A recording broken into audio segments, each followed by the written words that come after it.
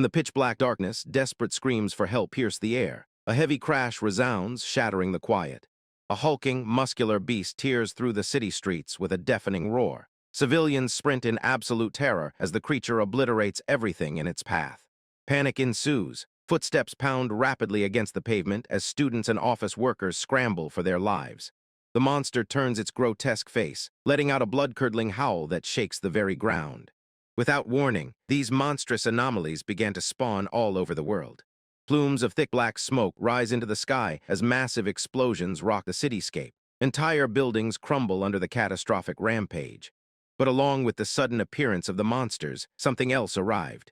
The rhythmic chopping of helicopter blades fills the sky. A news reporter yells into his microphone, broadcasting live above the Chinho neighborhood. He frantically reports on an unidentified monstrosity that has just materialized. But it isn't a monster, it is a colossal structure. The reporter notes that military authorities are operating with extreme caution. They fear it could be a highly dangerous, new kind of threat. Down below, the public's anxiety skyrockets with each new supernatural event. What fate awaits mankind? Wonugu, special correspondent for MTC News, stands by as the world watches in dread. A monolithic, jagged stone tower pieces the clouds, ominously glowing with dark purple energy. This was humanity's very first encounter with the tutorial tower. Like a cruel and twisted game, the tower periodically abducted people from all over the globe. Glowing blue magic circles suddenly materialize beneath the feet of random, unsuspecting civilians. With a blinding flash of light, they vanish into thin air. Disoriented and terrified, the abducted find themselves trapped inside ancient, suffocating stone walls. The tower forcefully dragged them into its depths to face a living nightmare. Young or old, fit or frail, they were all subjected to a merciless and bloody ordeal. Only a bleak 20% of those chosen survived the horrors, but those who lived. They emerged changed, hardened, confident, and heavily armed. They gained special abilities and became hunters, standing tall as humankind's absolute last hope.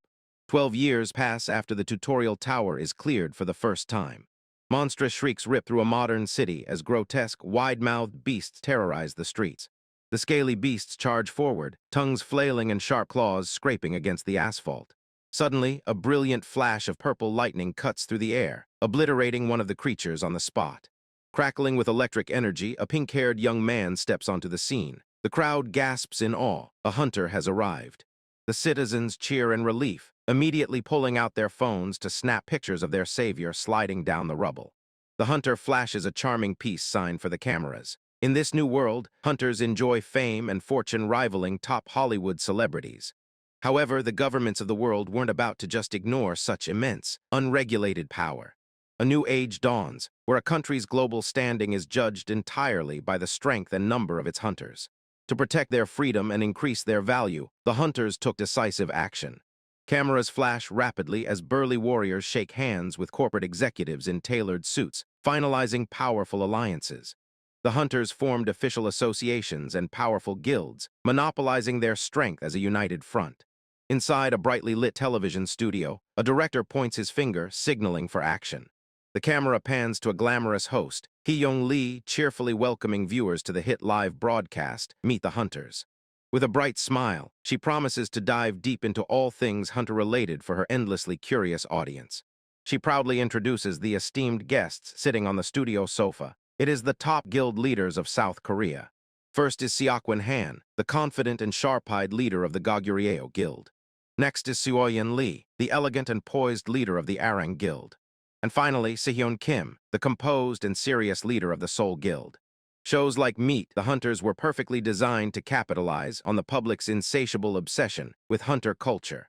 With a nationwide viewer rating of over 35%, it was an undeniable cultural phenomenon. As the broadcast nears its end, the host announces one final, highly anticipated question. She reads from her cue card, revealing the #1 most requested topic online. It is the rumor of an advanced player still living inside the tutorial tower.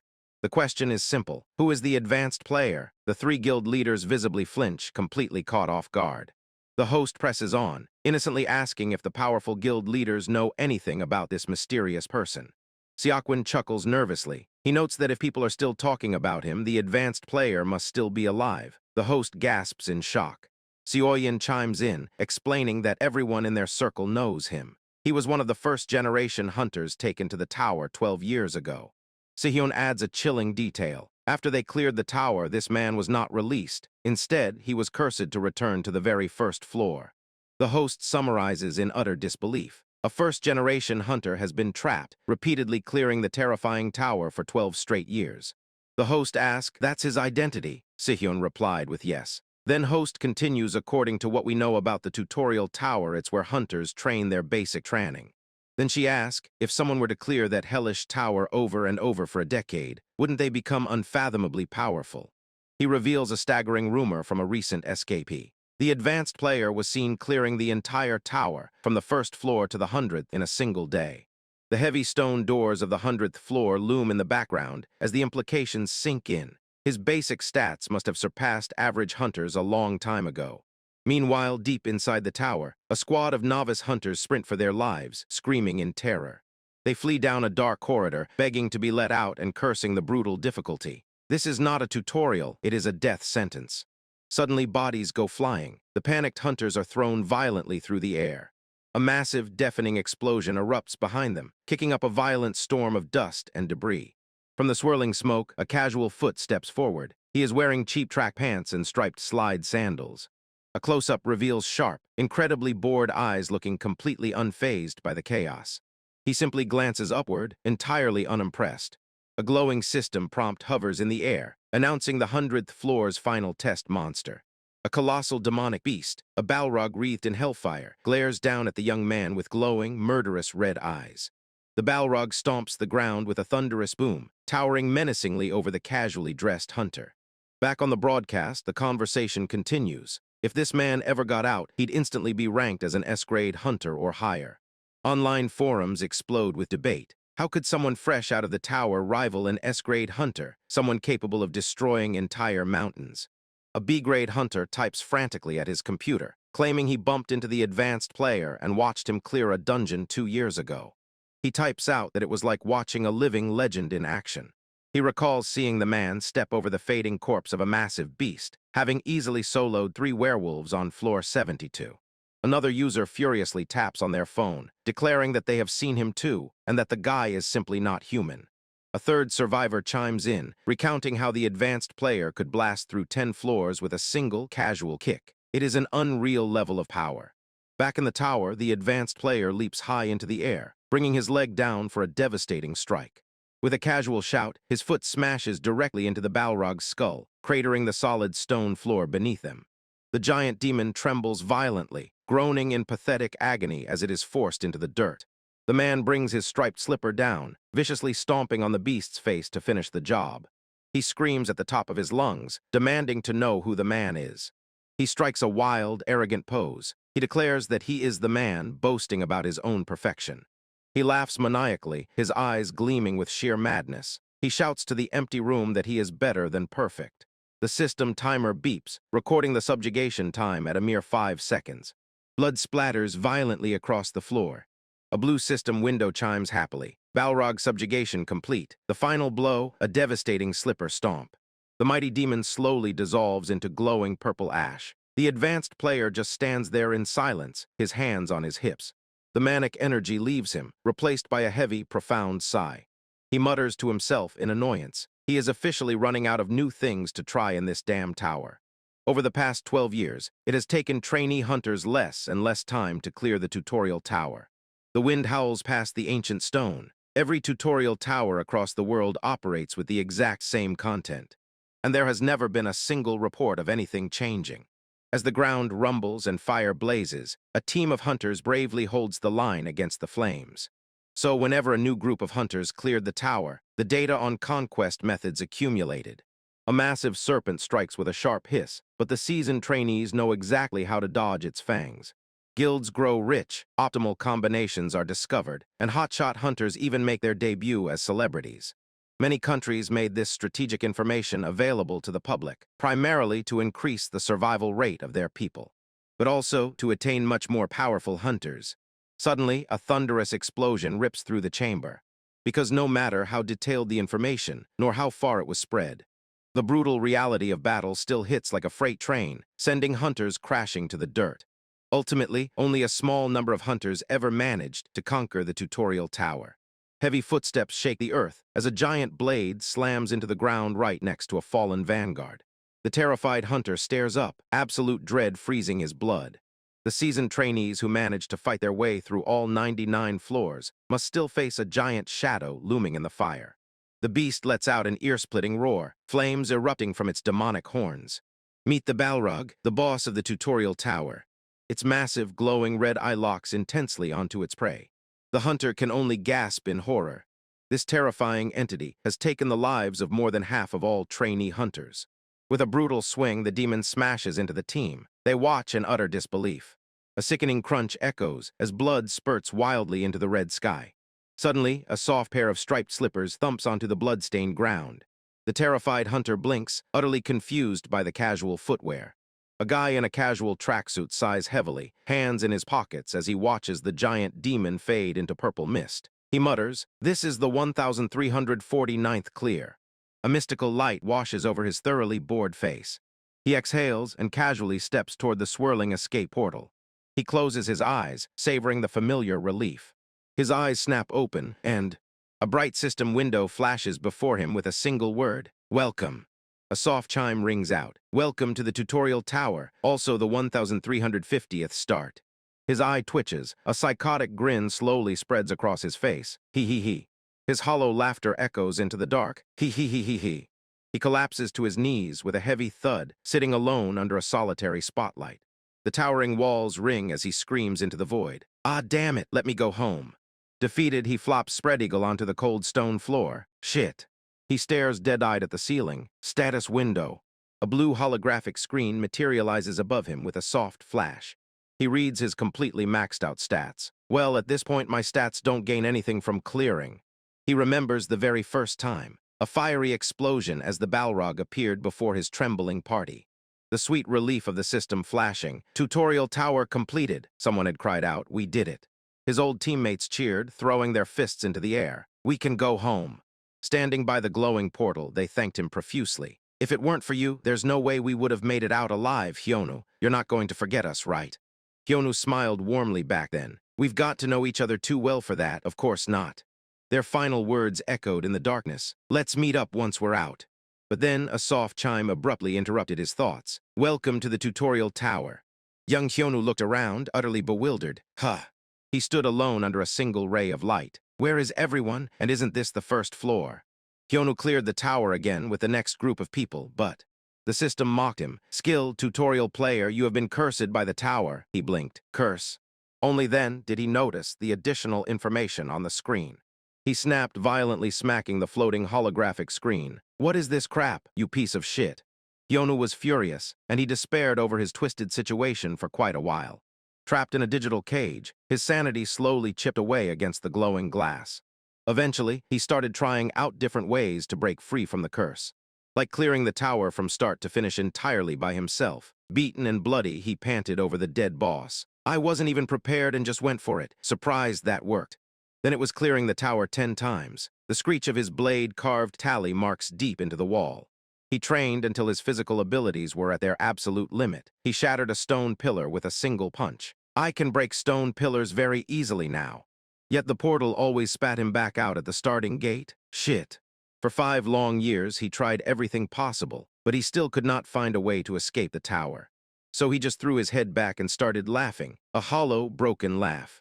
Instead of desperately looking for a way to break free from his curse, he accepted his fate and even tried to enjoy his bizarre situation.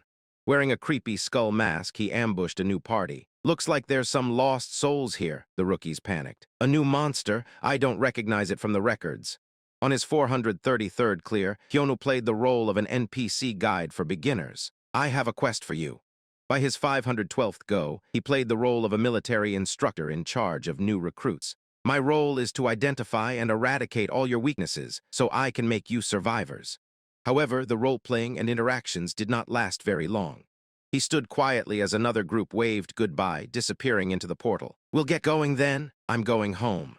He could not bear hearing about the outside world from those finally leaving the tower. After that, he had nothing else to do but clear the tower over and over again. Lying on his back, he sighed. "No matter how many times I look at this status window, He stared blankly at his maxed-out stats. Nothing ever changes. But wait, the system text suddenly shifted. Endless loop removed, he squinted. Ha. He jolted upright, his eyes wide with shock. What? The screen flashed brightly. Endless loop removed, congratulations. After you clear the next tower you may pass through. His jaw dropped, the glowing blue text of freedom reflected in his trembling eyes. A wicked, ecstatic grin stretched across his face as pure adrenaline exploded. He. Oh yeah. He crouched low in his striped slippers, power surging through every muscle. I can, finally. A massive shockwave erupted from the floor as he launched himself forward. Shooting through the air like a human missile, he rocketed toward the portal. Go. Tears of absolute joy forming in his eyes, he screamed at the top of his lungs. Home. On the hit TV show Meet the Hunters, a graphic flashes across the screen. In general, the minimum time required to conquer the tutorial tower is around 10 months. The host turns to her esteemed panel of guests. Do you think the 18th generation hunters can break this record? One of the guests shrugs. It's difficult to say for sure. Hyeonu Lee, the elegant leader of the Arang Guild, chimes in. The number of hunters differs each time, so much depends on how well they work together. Hyeonu Kim, the stoic leader of the Soul Guild, nods in agreement. It's also important how effective they are based on individual ability. Seokwan Han, the smug leader of the Goguryeo Guild, grins sharply. But the greatest challenge comes after reaching floor 51, where a high-level boss appears every 10 levels. Meanwhile, on the 60th floor of the tutorial tower, heavy footsteps echo through the ruins as a massive Cyclops troll approaches. The beast snarls, flexing its grotesque muscles. From that point onward, the broadcast continues, there's no relying on luck. The monster lunges forward, its heavy club slamming into the ground with a thunderous impact. But the beast didn't stand a chance. Hyeonu Kim leaps high into the air, smashing down onto the creature with devastating force. His eyes glowing with an intense, furious light, he screams, Damn, this is taking too long. Explosions rock the tower's foundation. 70th floor, a deafening crash. 80th floor, a massive fiery boom. Blasts of light tear through the ancient stone. 90th floor, die, all of you. The stairwell rumbles violently as shockwaves tear through the very core of the tower. A blinding, fiery explosion erupts, filling the entire floor with intense heat. Hyeonu finally lands, his casual slide-on slippers hitting the ground with a soft thud. 99th floor. Standing before him is the final hurdle, a colossal, terrifying dragon, practically dripping with hellfire. Exhausted and completely out of patience, Hyeonu roars at the top of his lungs. Ah, I am going home. The dragon opens its massive jaws, unleashing a blinding white pillar of destructive flames. Suddenly, the top of the dark tower erupts in a spectacular, sky-shattering explosion that lights up the starry night. Back on Earth, at the entry regulation zone near the Gangdong district, the Korean Hunters Association observation building sits quietly by the water. Two observers press their faces against the glass, their eyes wide with shock. That is. A massive portal hums to life, swirling with brilliant purple energy. That's the tower opening up, right? One shouts. My God, this is a new record. The portal flashes with an intense, blinding light. A frantic official yells into his phone, be ready to check the list of survivors. His subordinate stammers, yes, sir. With a soft humming sound, a lone figure steps out of the swirling purple vortex. It is Hyeonu. He looks up at the sky, his face serious and completely unbothered. Taking in the sight of the modern city buildings, he pauses, then lets out a soft chuckle. Heh. The official approaches him at a brisk pace, holding a clipboard. Congratulations, you made it out of the tutorial tower. He offers a sympathetic smile. It must have been tough. Hyeonu slowly turns his head, staring blankly at the man. Overcome with emotion, Hyeonu asks, I really am out of the tower, right? The official sweats, thinking this guy is not even listening to me. Of course, now what is your name? Hyeonu's face breaks into a pure, radiant smile. He. Throwing his arms in the air, he leaps with absolute joy. I am free. Hyeonu Kim has finally returned. The official scans his list of recent recruits. Hyeonu Kim, let us see. I do not see his name here. Who is this guy? Confused, he flips back through the older records. He stops at the page labeled First Generation Tutorial. His eyes widen. Are you? He stares at the date, February 21st, 2006. Really, Hyeonu Kim? Hyeonu shouts back cheerfully. Yup, that is what I said. The color drains from the official's face. Impossible. The realization hits him like a ton of bricks. It is the advanced player. Unaware of the panic he is causing, Hyeonu just stretches his arms, basking in the glorious feeling of freedom. And so, the legend of the first-generation tutorial tower summoner, Hyeonu Kim, officially begins. The news quickly hits the press. After 12 long years, his exit from the tutorial tower is officially confirmed. 1 week later, the plaza outside the tutorial center is bustling with massive crowds. A cheerful reporter speaks into her microphone over the roaring fans. Greetings to all the viewers. We are here at the Korean Tutorial Center, where the 18th generation hunters will undergo their first-grade assessment. She smiles brightly. This time it is extra special. With the world record time for completion smashed by 2 weeks, the whole world is paying attention. And another hot topic. The camera pans to a pair of elegant heels clicking against the floor. The famous advanced player is with us at the scene. We will fill you in as soon as we receive further details. In the VIP waiting room, Hyeonu struts in. I am not late, am I? A man scoffs. You are late. You are never on time. The room is buzzing with rumors. I heard Hyeonu got out. Is that confirmed? Someone asks. According to the documents, there is only one Hyeonu Kim who entered the tower in 2006.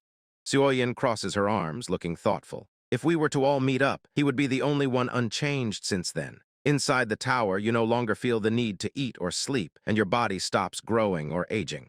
Seokwan thinks about the 12 years man. I can't wait to see what a beast he has become. Then an announcement was made. We plan to start the grade assessment in 5 minutes.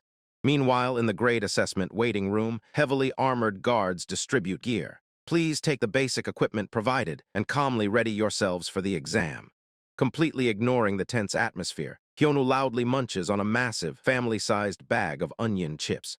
He crumples the empty bag with a rustle, looking disappointed. Finished already. He lets out a loud, echoing burp. That hit the spot. The fully geared recruits around him stare in absolute disbelief.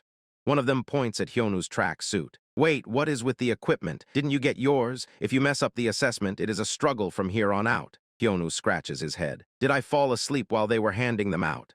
Suddenly, a voice booms over the intercom. This is an announcement from the tutorial center. Hyeonu blinks, looking around cluelessly. The massive metal doors open, letting in a blinding flash of light. We ask all trainee hunters to leave the waiting room and make your way to the examination site. Hyeonu squints at the bright doorway, completely unfazed. And what is that? The wind howls past the colossal structure, known as the Seoul Tutorial Center Grade Assessment Labyrinth. The crowd of junior hunters gathers in the massive hall, murmuring nervously as they face a lone man in a sharp suit. Welcome, all junior hunters. The man adjusts his sunglasses, his expression stern. I am David, and a grade hunter in charge of overseeing the exam today. Let us begin the grade assessment exam. Standing tall in a sharp black suit, the man introduced himself to the crowd. I am David, and a grade hunter in charge of overseeing the exam today, he declared. Let's begin the grade assessment exam. He looked out at the heavily armored trainees. You are probably already aware of this, but the whole world is watching you as I speak. A trainee gulped nervously as David offered a confident, intimidating smirk. But don't get too worked up, David continued calmly. Compared to the tutorial tower, this is a simple entrance exam. We want you to take all the experience and skills acquired there, he said, completely missing the young man yawning lazily in the back row. And show us what you can do. The young man in the tracksuit was so bored, he was literally drooling as he stared off into space. Raising a small black remote, David declared, Let me introduce you to the first exam. With a firm press of the button, the trial was set into motion. A heavy rumbling shook the ground. Everyone started to shake. The massive doors behind him began to slide open. The challenges you will face as hunters come in various forms. With a loud metallic clank, massive stone blocks shifted inside the opening, revealing a daunting structure. Thick walls slid rapidly into place, carving out a complex maze. Heavy pillars rose from the floor, locking the pathways into position. One of which, David announced as the colossal, imposing structure loomed before them, is the labyrinth. The labyrinth, as the name suggests, is filled with a variety of obstacles. I may have said the exam is simple, but I recommend you use all the skills available to you. Make use of all your abilities to reach the exit on the other side. The exam begins in 30 seconds. A digital timer flashed onto the screen, instantly plunging the room into high tension. 20 seconds, 15 seconds. The armored trainees drew their weapons, eyes locked fiercely on the entrance. 10 seconds, the anticipation reached a boiling point. 5, 4, 3, hands tightened aggressively around sword hilts. Let's start. The trainees surged forward as one, rushing into the labyrinth with desperate speed. David watched them dash inside, nodding in approval. The new group of hunters are well disciplined. I am pleased. A genuine smile crossed his face. I'm excited to see how this exam unfolds. Seeing them reminds me of when I first took the exam. It's important for hunters to never forget how they started out, he mused, adjusting his sunglasses. Suddenly, a voice interrupted. Excuse me, old man. David shot a sideways glance. What is it? The young man in the tracksuit stared back lazily. So, it doesn't really matter how I reach the exit, right? Lowering his sunglasses, David glared at the audacious kid. Yes, that's what I said. David scrutinized him closely. What was with this kid? He looked down at the boy's painfully casual attire, noting the cheap striped slide sandals. Where was his equipment? What was with the sloppy appearance? The boy let out another massive yawn. Was he even taking this seriously? This was the attitude of a trainee. David stepped closer, towering over the boy. But you kid. The boy simply stared back at him, entirely unfazed. The reflection in David's sunglasses was pure intimidation. Is this exam a joke to you? The boy scoffed, flashing an arrogant grin. Save your speech for the hardworking guys over there, old man. Veins popped on David's forehead as he leaned in, his imposing aura flaring. You arrogant punk, my, aren't you a brave one? Unshaken, the boy smirked. Fine then, wanna do a bet with me? I bet that I can reach the exit in 20 seconds. How about 1,000,001 if I am successful? David glared fiercely. Enough nonsense from you. Why you scared? What? The boy mocked, standing right beside the looming examiner. David chuckled darkly. If it's too much for you, then forget it. 10,000,001. That's equivalent to my daily pay plus the overtime for the exam. But if you fail... Before he could finish, the boy dashed away in his slides. All right, let's do it, and no excuses later. Instead of heading for the entrance, the boy stopped right in front of the massive exterior wall of the labyrinth, placing a hand gently against it. He pressed his palm against the cold metal, a greedy realization dawning on him. Wait, his daily pay and bonus is 10,000,001? Hunters are employed by the state, so he thought they were just civil servants. The boy pulled his fist back, eyes gleaming with sudden motivation. Being a hunter is one sweet deal. With a loud squeak of rubber against the floor, he dug his cheap sandals in. He smashed his foot down, creating a shockwave that kicked up dust and cracked the solid ground beneath him. David lowered his sunglasses again, utterly bewildered. What is that fool doing? Up in the observation room, the crowd murmured in confusion. What is he doing by the wall? One asked. I'm not sure, another replied. The boy's lazy expression vanished completely, replaced by an intense, laser-sharp focus. He lunged forward, charging up a devastating punch. His fist lit up with a blinding, explosive aura of energy. It collided dead center with the labyrinth's reinforced outer wall. The sheer impact sent a massive concussive wave rippling through the dense material. With a deafening boom, an immense web of glowing cracks spidered out from his fist. The entire wall shattered, exploding inward in a chaotic burst of flying debris and dust. Smoke swirled thickly as a casual foot, clad in a striped sandal, stepped right through the rubble. The boy stood calmly amidst the colossal destruction, sunlight pouring through the massive gap he had just created. I'm at the exit on the other side, he announced. He glanced back over his shoulder with a smug grin, though it's a new one that I made. The observers were in an absolute uproar. That's impossible. He bust right through the labyrinth, one yelled. Absolutely ridiculous. What about assessing his grade? Is that even possible? Another spectator stared at the screen in pure disbelief. That guy, was he always this reckless? Meanwhile, the boy was grinning from ear to ear, already celebrating his newfound wealth. Easy money, 1,000,001. But then his smile faltered. A cold sweat broke out on his cheek as a horrifying thought suddenly crossed his mind. Ah, they aren't gonna. He looked back at the towering plume of smoke billowing from the catastrophic hole he had just punched through the multi-million-dollar facility. Make me pay for the damage, are they? 24 hours before the official Hunter grade assessment. The sun gleams off the sleek windows, the live Hunter magazine headquarters. Inside, the daily grind is already underway as an editor asks Junseong if he secured the examinee list. Yes, here you go, he replies, handing over the files. A male reporter leans on a desk, grinning broadly. Aren't you excited for this month's sales figures? His colleague doesn't miss a beat, asking if it is because of the famed advanced player. Exactly, he nods, but finding info on him is surprisingly tough. She asks if there are any other newcomers worth keeping an eye on. He points excitedly at his monitor, zeroing in on a specific profile. Yes, this guy right here. A newcomer with a martial arts background, that is a solid bet, he adds confidently. She types away, noting it is good to have a backup just in case the advanced player is a bust. The screen displays a stern, blonde trainee named Kanghyun Lee. Kanghyun's inner monologue echoes with pure ambition. I wanted to be a star. With a sharp metallic clank, a hand grips the hilt of a katana, its blade glowing a sinister purple. Kang-hyun stares ahead, his eyes sharp and full of absolute confidence. Lifting his blade with a soft sliding sound, he thinks about how he had talent, skill, and luck on his side. A massive, multi-eyed beast snarls in the shadows, sending fellow trainees into a panicked frenzy as they yell to run.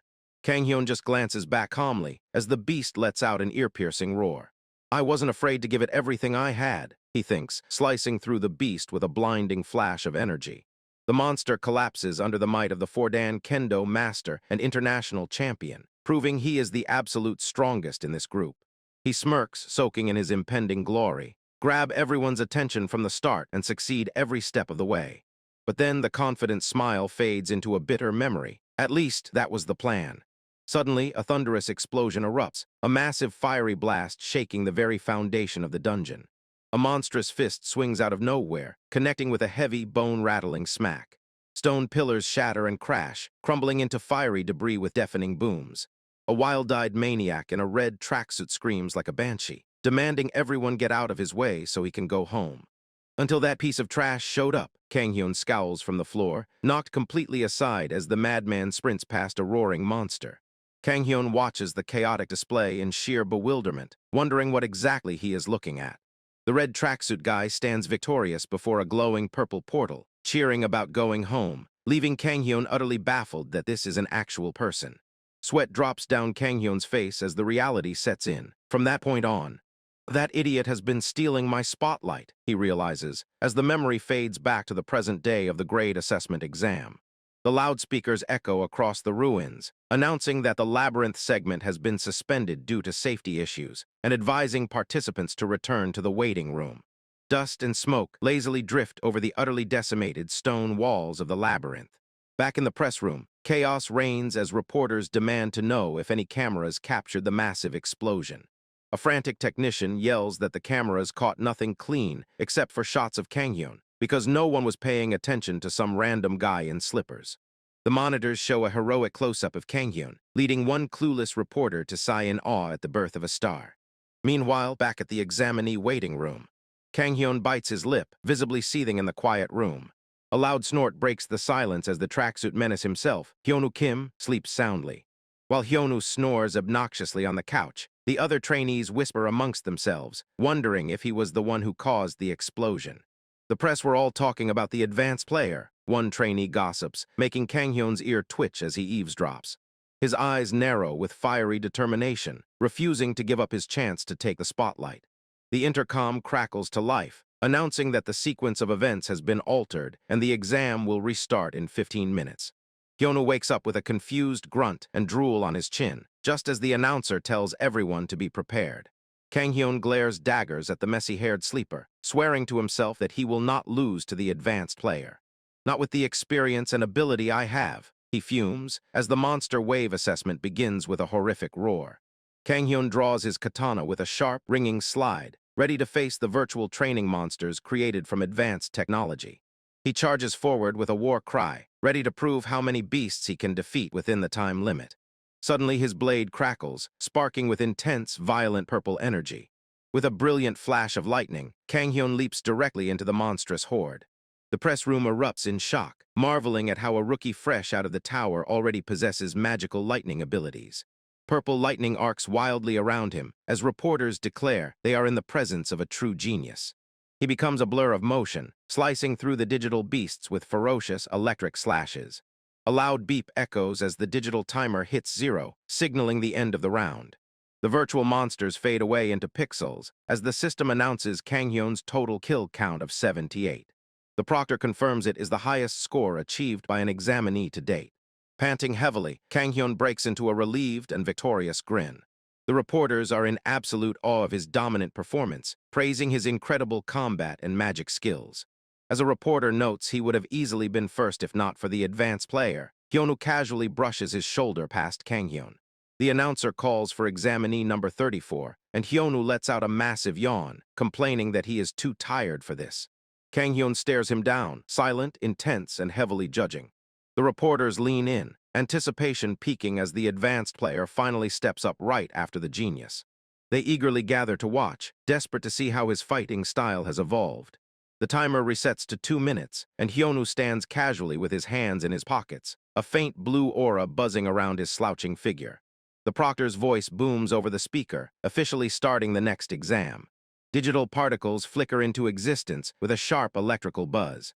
From the glowing data, a monstrous face begins to take shape. 2 hulking orcs fully materialize, their guttural growls echoing in the empty arena. Surrounded by the deadly beasts, Hyeonu Kim stands entirely unbothered in a casual tracksuit and slides as the system announces he has 120 seconds before the exam begins. A crowd of examiners watches intently from behind a screen as the countdown drops to 8. The tension in the observation room is palpable as the countdown hits 5. A monster's terrifying, tusked face looms close, unleashing a deep, vibrating roar. All the monsters start surrounding Hyeonu, and countdown hits 4. The countdown nears its end at 3. Hyeonu simply closes his eyes and lets out an exhausted sigh as the timer hits 2. He looked to his side. Start, a commanding voice shouts, and a massive monster immediately raises its crude club for a lethal strike. With a sharp crack of the concrete, Hyeonu pushes off his striped slide, vanishing in a sudden whoosh of air. Before the beast can even swing, a blinding smack shatters its head entirely. In the observation room, an examiner screams into his phone, demanding to know if anyone got that blinding speed on camera. The remaining monsters roar in fury, but they are instantly met with a concussive smash that blows them backward. Hyeonu weaves through the horde, obliterating them with casual, devastating strikes while looking utterly bored. The arena timer flashes, revealing that a mere 4 seconds have passed. An examiner gulps nervously, stammering that the hunter just disappeared. Another observer stares in disbelief, noting that the monster heads seem to be blowing up by themselves, and wonders if the hunter is using a new attack spell. A senior examiner with glowing eyes narrows his gaze and simply says no. He corrects the room, stating he doesn't think it's magic, while a colleague admits they can just barely make out his movements. On the monitors, Hyeonu is literally skipping merrily toward the next route. He casually punches it, causing another head to erupt in a shower of light. The examiner observes that he just repeats the same action, moving on to a new target without using any high-level skills. As blood spurts wildly in the arena, the examiner concludes that he's moving so fast it just looks like the monsters are blowing up by themselves, while Hyeonu smirks. The observers are utterly stunned, wondering what on earth he did in the tower to achieve movements like that without enhancements. One admits they used to dismiss the rumors, but seeing him in person proves he has become a real beast. The timer hits 1 second with a sharp beep. A long, sustained tone signals the clock has hit 0. The system announces the exam has finished. Hyeonu stretches casually, standing victorious as the system announces his total kills. He stands entirely unbothered amidst a literal mountain of corpses, having slaughtered 248 monsters. A confident smirk plays on his lips. Not long after, a live-stream titled footage of the advanced player released goes viral, instantly racking up millions of views. The internet explodes with comments, with users utterly bewildered by his insane speed and strength. Elsewhere, an intense gaze locks onto the video, eyes narrowing in pure frustration. A trembling thumb scrolls through the comments praising Hyeonu's ridiculous 12-year training. With a sickening crunch, the enraged reader shatters his smartphone in his grip. It is a blonde hunter, his face dark with resentment as he curses softly. He slams a door open with tremendous force, screaming out his frustration. He drives his fists into the wall, cracking the concrete, crying out that he trained so hard. His knuckles tremble against the debris as he vents about pushing himself and using every cheap trick just to climb the ranks. He throws his head back, screaming at the heavens, demanding to know how this is balanced. He screams that he is sick of this overpowered character bullshit. Meanwhile, far away from the screaming blonde, a female hand slides a document labeled Hunter's List across a table. Hyeonu blinks at the documents, thoroughly confused. He is seated across from a sharply dressed woman in a luxurious office, who explains it is a list of guilds eager to meet him. She slides her business card forward, introducing herself as Alice, chief of the Hunters Association Information Division. Hyeonu accepts the card, mildly impressed, as she congratulates him on his return. She begins to explain how dangerous the labyrinth monsters are, but notes that great risks come with great rewards. As she goes on about guilds recruiting excellent hunters, Hyeonu is completely zoning out, staring blankly at the paper and wondering what he should eat later. Alice pauses, noticing his confused look, and snaps him out of his food daydream. He tries to recover his composure, asking awkwardly if giving this explanation is part of her official role. Alice's smile softens into something more genuine, admitting she came for personal reasons. She slides a ridiculously thick binder labeled Aries across the table, stating she wanted to meet the famous advanced player and share this with him. Hyeonu hefts the massive binder, groaning internally at the weight as Alice instructs him to read the signing bonus section. He stares at the page as a blinding light seems to emanate from the sheer number of zeros on the contract. Alice waits patiently, her eyes closed in a calm expression, asking him how it looks. Hyeonu is sweating profusely, gripping the document like it might fly away, as she asks how it feels to hold a contract worth 10 billion won. Hyeonu's expression grew serious. Could I ask you something? When did the value of our currency fall so much? Did we go through hyperinflation like Zimbabwe? He asked, waving the contract. The recruiter replied, it was quite chaotic because of the monsters, but... She tapped her phone screen with a soft click. Fortunately, no financial crisis like that, but the price of land did see a big increase. Checking his own smartphone, Hyeonu muttered, the prices where you used to live have also changed. His jaw dropped as he jolted back on the sofa in shock. From 300 million won to 1.3 billion won. Even though the cost of everything has increased, you have nothing to worry about, she reassured him, as Hyeonu sweated anxiously. The 10 billion won is just a signing bonus. Should you decide to, I hear the Aries Guild, she paused, giving a sly smile, is willing to pay 2 times the current signing bonus if you renew with them at the end of this contract. Double meaning 20 billion won? Hyeonu asked in disbelief. The recruiter gestured gracefully. Yes, that's right. Granted, you will be sharing the spoils you acquire in the labyrinths with the guild. However, you will find that the distribution ratio is in your favor. Her purple eyes gleamed with corporate confidence. Hyeonu narrowed his eyes, sensing a trap. By the way, are guild contracts also a part of your role as an information officer? Her expression darkened slightly. I do have some personal ties. The recruiter from the Aries Guild insisted I share this with you. Hyeonu's eyes glowed with suspicion as he thought, I'm sure I heard it's illegal to make contract offers to people still housed by the association. Clasping her hands with a polite smile, she said, you don't have to make a decision straight away if you feel pressure. I've already decided. Hyeonu cut her off instantly. With a heavy thud, Hyeonu slammed the Aries contract back onto the table. From the start, I didn't want to sign up with a guild, the recruiter gasped. Excuse me. Hyeonu flashed a confident smirk. None of the guilds interest me. Sweating with a strained, awkward smile, she forced a chuckle. You must be joking. But Hyeonu didn't waver. I'm completely serious. As her jaw went slack with disbelief, Hyeonu locked eyes with her. I don't want to be tied down to a guild and their activities. Later, standing outside his personal quarters in the association, Hyeonu pondered, this world is all about give and take. With a loud rustle, he flopped onto his bed, tossing aside a pile of junk food. They wouldn't just offer me 10 billion won for no reason. Once I get that signing bonus, there'll definitely be a ton of bothersome work coming my way. A crinkling bag of unicorn octopus nutballs sat open among the mess. Snuggling into his pillow with a wide, lazy grin, he mumbled, stuff like that makes my skin crawl. I'm going to live a relaxing and comfortable life. A sharp, ambitious glint flashed in his eye. Doing the things I want to do. A flashback played of him leaving the meeting room. He had paused near the exit. Does that mean you have no interest in being a hunter altogether? The recruiter asked. Glancing over his shoulder, he replied, no, that's not it. I heard a while back there are hunters who work alone. The recruiter looked stunned. You mean the mercenary hunters? They have already gained experience from working in guilds. It's impossible for an inexperienced hunter to venture alone in a labyrinth. Unfazed, Hyeonu simply stated, I reckon I can do it. She crossed her arms, annoyed. How arrogant. The reality isn't as simple as you think.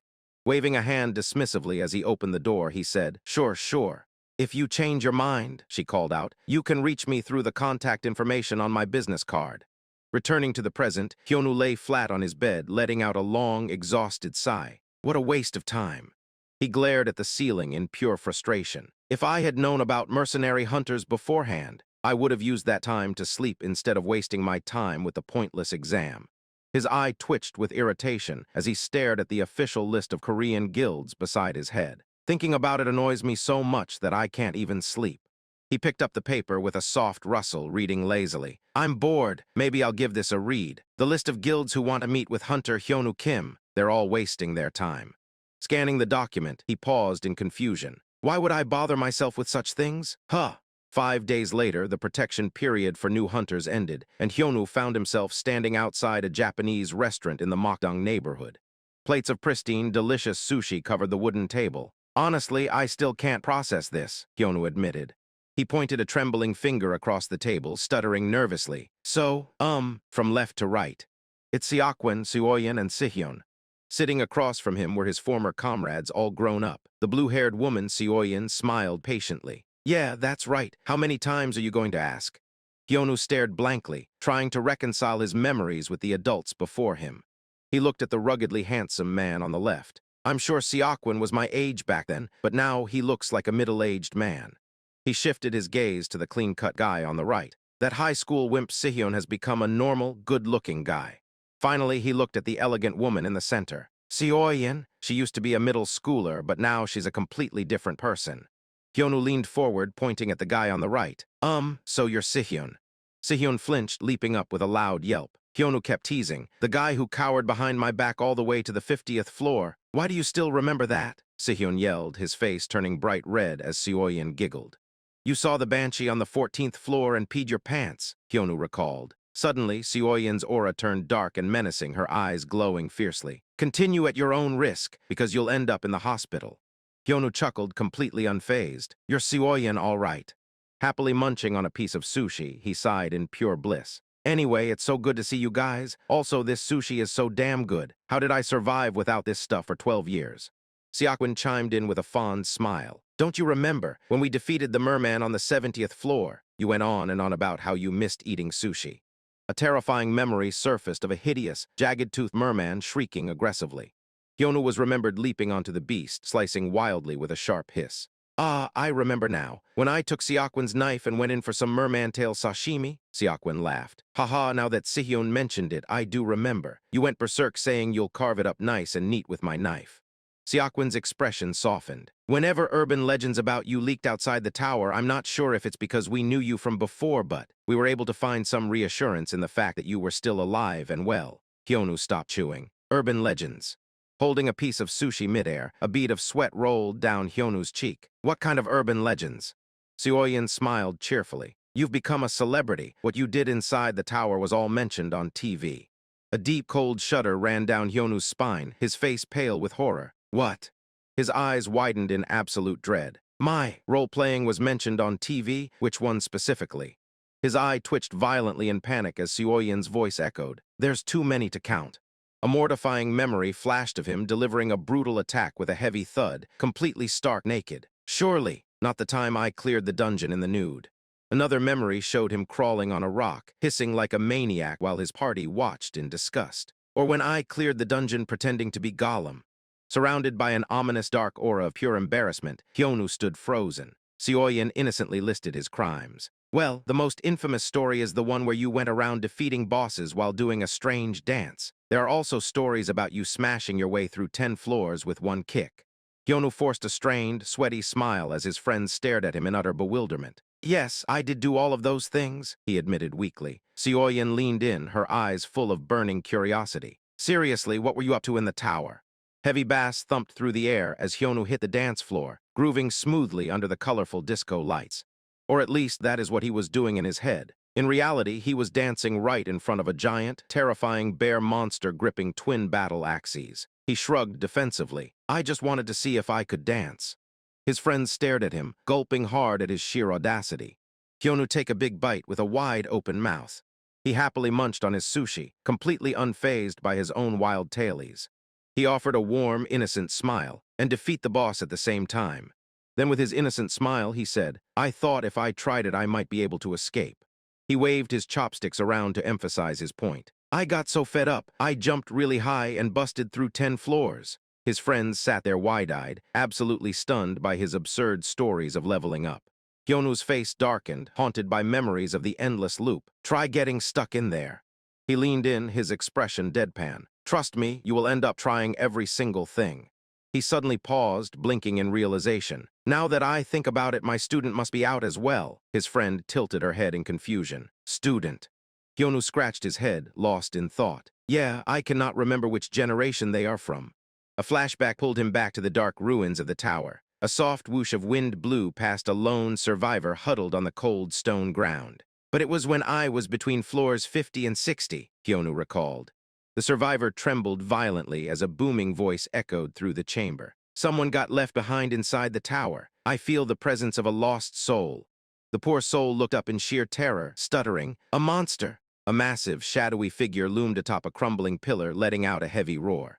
The intimidating figure peered down at the shivering human. "Puny human, do you wish to survive?" Hearing this, the survivor slowly pushed himself off the ground. Wearing a terrifying horned skull mask with glowing eyes, Hyeonu clenched his fist with dramatic flair. "I will guide you." Back at the sushi restaurant, Hyeonu casually sipped his tea. "At the time, I happened to be fixated on the idea of martial arts, so I took him under my wing and trained him."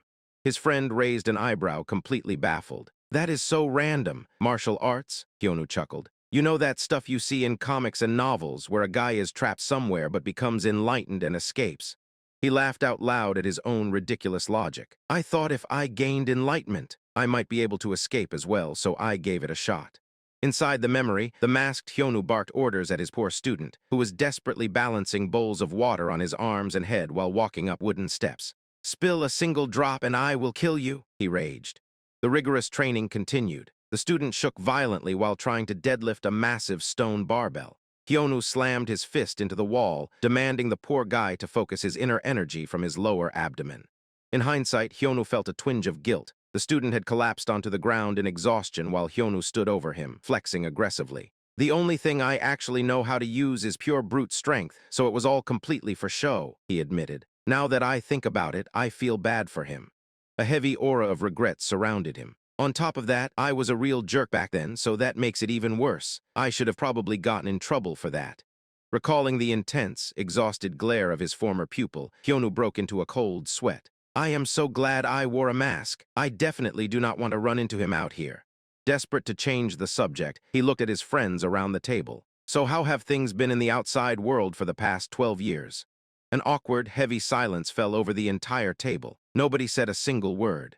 Later that night, Hyeonu returned to his small, dimly lit room. The simple nameplate on his door read, "Hyeonu Kim, Hunter." He collapsed onto his bed with a soft thud inside. "Status window," he commanded. A blue holographic panel flashed to life with a soft hum. He stared at his stats, noticing a change. It no longer has the message saying the tutorial limit has been reached. He placed his hands behind his head. And where it says age, it no longer reads 36. It does still say 24, so I really did lose 12 years of my life. He closed his eyes, accepting his strange reality. "Well, cannot do anything about that. From now on, I will just earn a decent amount of money and live life the way I want to until the day I die." But something at the bottom of the screen caught his eye. He raised a finger toward a lingering system notification. But why is this still floating about? Curious, he pressed the glowing text that read, "Endless loop has been removed." His eyes shot wide open in absolute disbelief. What? A new message materialized on the screen. "Congratulations, you have successfully escaped the tower. In order to move on to the next level, please defeat 3 dungeon bosses to satisfy the minimum requirements." He stared blankly at the dungeon conquest objectives. "What the hell is this?" he muttered. Suddenly, a sharp knock echoed from his door. Hyeonu glanced over as a security guard's voice called out from the hallway, asking if Hunter Kim was inside. Opening the door, Hyeonu asked, "Can I help you?" Security guard said, "There are some people who have come here to meet with you. They look like recruiters from the Ares Guild." Hyeonu held up a hand in refusal. "Please let them know I am not interested." The guard sweat nervously, stammering, "They said to bring you out there even if you refuse." "I know this is an inconvenience, but could you please help, sir, seeing as it's the Ares Guild?" Hyeon thought, "I get the feeling. They are not going to stop until I make it completely clear to them." Then he stepped out into the hallway with an exasperated sigh. "Okay, I guess I can spare a moment. Where do I need to go?" The relieved guard led the way to the first-floor lounge. The lounge was quiet and spacious, a simple wooden ceiling fan spinning lazily overhead. 2 imposing men waited for him. A sharp-eyed man in a suit sat comfortably while a massive, bald bodyguard stood silently behind him. The seated man looked up. "Oh, you are Hunter Kim." Hyeonu slouched onto the couch opposite them, looking completely relaxed and thoroughly unbothered. "I am pretty sure I made it crystal clear. I have no intention of joining a guild." The suited man chuckled smoothly, raising a business card. "I am Byung-ho Kang, the Ares Guild Human Resources Manager." Hyeonu took the card, unimpressed. "Can you really do it?" Kang paused, confused. "Do what?" Kang leaned forward, his polite demeanor slipping away to reveal a threatening edge. "Are you sure that you can make true progress as a hunter?" A sinister, mocking grin spread across Kang's face. Without being a member of the Ares Guild, Mr. Kim. Hyeon looks at him dead serious. Kang kept up his smooth, arrogant pitch, promising that there would be no more needless suffering once Hyeonu joined their guild. Hyeonu abruptly leaned forward, cutting off the corporate speech with a sharp, "Hey." A dangerous, glowing light flared in Hyeonu's eyes as he stared Kang down. "You crawled all the way here at this hour just to threaten me." The bald bodyguard snapped, raising a hand in fury as he stepped forward. "You dare speak to him like this?" Kang calmly raised his own hand to stop the giant. "Calm down." Kang's eyes narrowed with irritation. "I advise you not to do anything foolish. I do not think you know, but the Ares Guild." Hyeonu smirked and interrupted him. "Oh, I know. You are a bunch of scum that gobbled up more than half of all the dungeons in Korea." Hyeonu's mind flashed back to the sushi restaurant conversation. His friend had mentioned something about a dungeon admissions ticket. "What is that?" Hyeonu had asked at the table. "Like a damn amusement park." His friend had looked dead serious. "The Ares Guild has a monopoly on over 66% of all our country's dungeons." The girl had chimed in, explaining that this included both A-rank farming spots and beginner D-rank dungeons. Because of their foreign capital, they had endless money to throw around. To gain experience or earn a living, hunters must either purchase an expensive admissions ticket or be an Ares member, his friend had explained, leaving Hyeonu completely disgusted. "In essence, they are forcing everyone to choose from those two options," his friend had concluded. Back in the present lounge, an explosive burst of heavy purple energy suddenly filled the room with a thunderous boom. The giant bodyguard slammed his fist down onto the coffee table with a heavy thud, cracking the surface while hot steam hissed from his knuckles. "Do not think you can run your mouth just because we are at the association's residence," the massive man growled. The bald giant loomed over Hyeonu, casting a dark, intimidating shadow. "Let me tell you something. You're going to have to think very carefully about this proposal." Smoke hissed from the impact crater. The thug sneered. "I don't think you're fully grasping the situation." Suddenly, a loud whoosh ripped through the room, making the young man blink in surprise. Before anyone could react, a heavy book smashed forcefully into the thug's head. Unfazed, the bald enforcer bared his teeth like a wild animal. "This man's overall stats are powerful enough to make him a grade A hunter. Do you think you stand a chance against him?" A knowing smirk spread across the young man's face. He casually slumped back into the couch and began to slip off his footwear. "Seriously? What a load of crap," he scoffed. The bald enforcer growled like a rabid dog, while his lackey stared in pure confusion. "Hey, come here," the young man taunted lazily. He raised his weapon of choice, a single striped black slipper. Waving it in the air, he announced, "Let's knock some sense into you. I'll fight you with a slipper." The bald man ground his teeth so hard they nearly cracked under the intense pressure. With a furious rushing sound, the enraged enforcer lunged forward. "Why, you little—" "I'll kill Yao," he roared, completely oblivious to the rubber footwear slicing rapidly through the air. A blinding flash and a thunderous smack echoed through the room as the slipper leveled the bald man's face, forcing a painful grunt from his lips. The young man's eyes narrowed, his playful demeanor replaced by a cold, deadly focus. The enforcer's eyes rolled into the back of his head as the sheer force scrambled his brain. With a deafening boom, the massive man was launched backward, crashing entirely through the solid stone wall while his lackey ducked for cover. The lackey gasped, his face dripping with cold sweat in absolute shock. His unstoppable boss was now lodged firmly headfirst in the crushed masonry, hanging completely motionless. "Huh," the lackey stammered, his mind unable to process the total destruction. The young man stood tall amidst the swirling dust, casually holding his slipper. "Try running your mouth again, fool." Back at headquarters, executives watched footage of the young man decimating dungeon bosses. "Is that the rumored advanced player?" A sharp-dressed guild executive stroked his chin in deep thought. "He's better than I expected, but he's just a big fish in a small dungeon," the executive concluded with a confident, sinister grin. In his mind, the executive's plan had played out perfectly. "You may think right now that you're the strongest, but how will you fare against a real opponent?" he imagined, warning the young man. He pictured his bald enforcer roaring with the overwhelming might and power gained from the Ares Guild. "His power will bring you to your knees, Mwahaha," he had thought to himself. That was exactly how it was supposed to go. But returning to reality, his powerful enforcer was still dangling limply from the crater in the wall. Honestly. The terrified lackey stared at the rubble in disbelief. How could it have gone so wrong? Pure panic set in. He can't even use magic. How can he be this strong? Impossible. This can't be right. The young man stepped forward, his slipper tapping lightly against the floorboards. "Hey." He took a slow step closer, causing the lackey to flinch violently. Do you know what I hate the most? The terrified man stumbled backward with a heavy thump, pressing his back against the wall. He trembled uncontrollably under the young man's looming, deadly shadow. I hate, the young man began, while the lackey let out a pathetic squeak of pure terror. The young man holding the destroyed black slipper in his hand and said, "Those who try and threaten me." He flashed a downright demonic smile. Got it, dumbass. With a blinding surge of energy, he unleashed his final, devastating strike. A massive, resounding smack echoed out over the entire city skyline, carrying far into the peaceful night. Later, at a peaceful apartment complex, a friend stared at him in sheer disbelief. "So you utterly destroyed them," the young man shrugged. "They started it." His friend paced the living room anxiously. "You went too far. Those guys at Ares are relentless." "Relentless? What do you mean?" he asked, completely distracted by how tasty his strawberry was. The friend popped a berry into his own mouth. "Nobody messes with them because they tend to hold grudges." The young man raised an eyebrow. "Grudges? What do they do?" "They send out threats to prevent you from joining other guilds," his friend explained darkly, "and they can silence you inside the labyrinths." The young man chewed his fruit thoughtfully. Silence.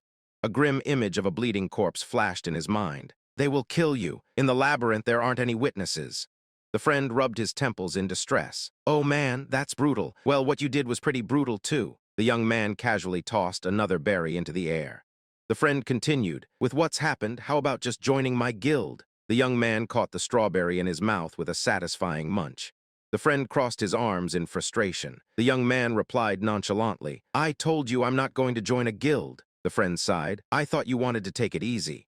The young man paused, staring at his half-eaten strawberry. "I'm gonna put that on hold for now." His friend sweated nervously. "What trouble are you going to cause now?" A sly, dangerous smile returned to his face. "I've got some stuff I need to take care of. Have you, by any chance, heard of a Doron's laboratory?" He thought back to the glowing system screen, an objective that had haunted him. "I've been curious for the past 12 years.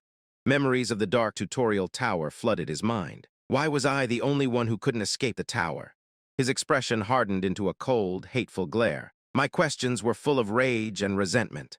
He pictured the looming stone spire. Who was the bastard that made this tower? Why did they lock me up for 12 years? Once I figure out the tower's secrets and find those who are responsible. His friend looked bewildered. Why that place all of a sudden?